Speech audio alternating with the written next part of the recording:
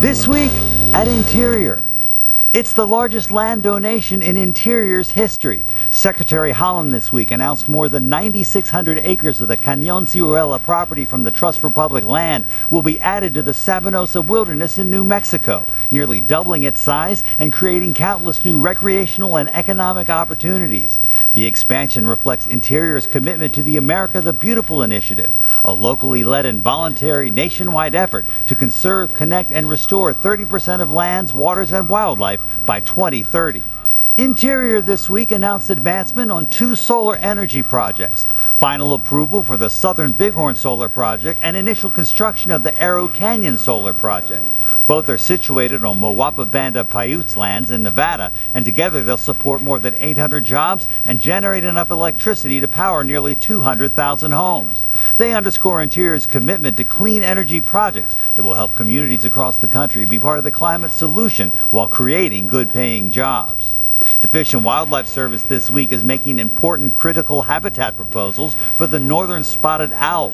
That includes the potential of more than 180,000 acres of BLM-managed lands and 20,000 acres of tribal lands in Oregon.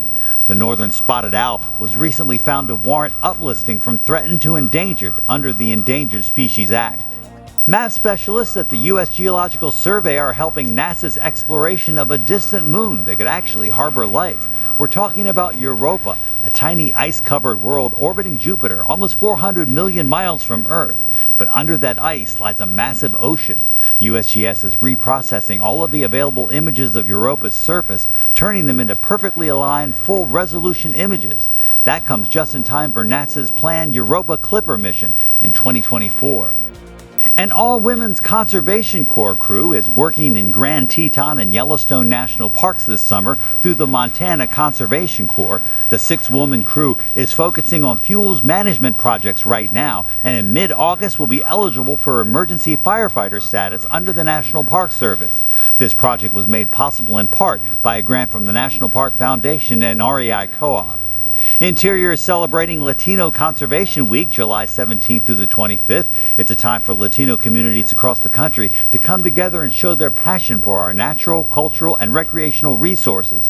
And it's a time for Interior to shine a spotlight on the contributions that the Latino community has made to conservation and stewardship across our department. Find out more on our blog.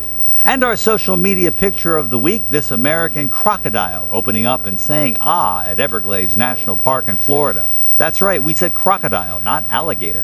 Gators come in darker colors and favor freshwater habitats. The much rarer crocodile is lightly colored and prefers the Everglades coastal saltwater digs. Anyway, our reptilian friend here isn't attacking or even smiling for the camera. He's thermoregulating, keeping his cool by opening that great big toothy mouth. Make sure you follow us on Facebook, Instagram, Twitter, and YouTube. That's This Week at Interior.